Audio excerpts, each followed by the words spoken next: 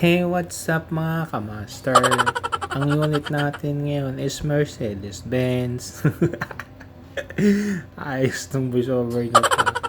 So, pinuksan ko na nga yung hood. Yun yung engine room. Yung makina is Mercedes-Benz S456 cylinder inline engine. Yan pala yung ipapalit natin na langis. At saka oil filter. So yan, pinapakita ko na rin sa inyo. At yan na nga, tinaas ko na yung sasakyan. At yan na nga yung drain pan niya. At yan yung tinatawag na drain bolt niya. So mamaya tatanggalin natin yan. Magkakaroon ng langis dyan. Lalabas dyan.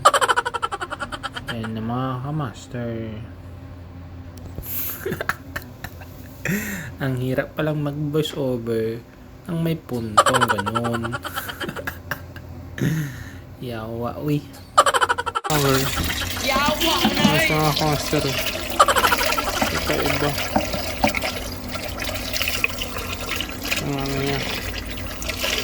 Grabe yung lakas. Ang dami kasi. 9 liters kasi ang laman nito.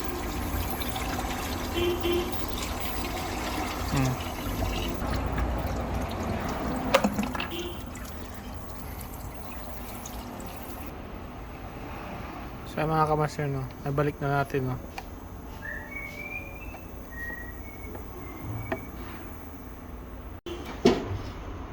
Ano natin?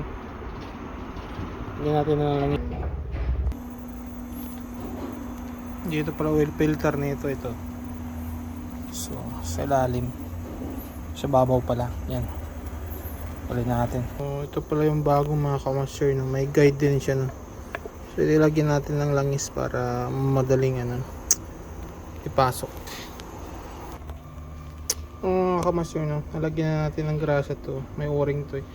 Basta palitan natin ng filter, tapos itong o-ring din to. Ito palitan na natin. May porcelas na naman ako. So ito langis niya. Ito 5 liters, mga 9 liters kasi ito.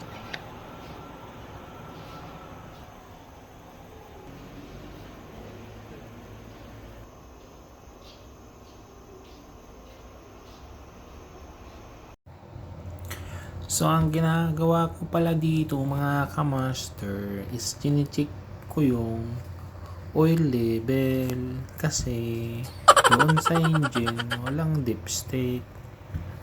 Diyan siya chine-check yung langis niya kung okay na ba, kung sobra ba, kung marami ba, o kulang ba. So yan mga kamaster, yung naka-green, sabi niya okay na daw, nasa level. So ganyan lang mga kamaster ang pag-check ng engine oil level niya sa Mercedes-Benz.